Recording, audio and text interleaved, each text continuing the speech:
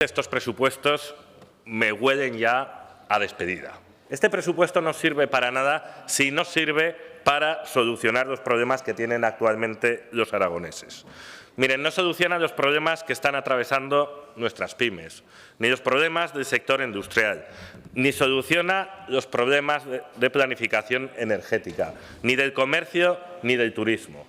Tampoco soluciona los problemas de la comarca de Aranda o los problemas que están teniendo las cuencas mineras con el cierre de la central térmica de Andorra, ni los graves problemas que está atravesando el sector de la automoción, ni pone soluciones a los altos costes de la energía que tienen que afrontar las empresas y las familias aragonesas, especialmente las más vulnerables.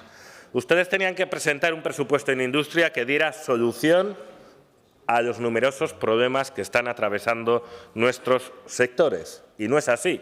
Entenderán que desde el Partido Popular no podemos aprobar estos presupuestos que van a seguir agravando los problemas de la industria, de la energía, del comercio o del turismo.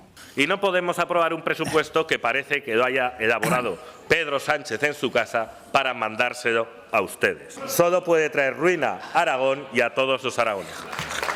Gracias, señor Gracia.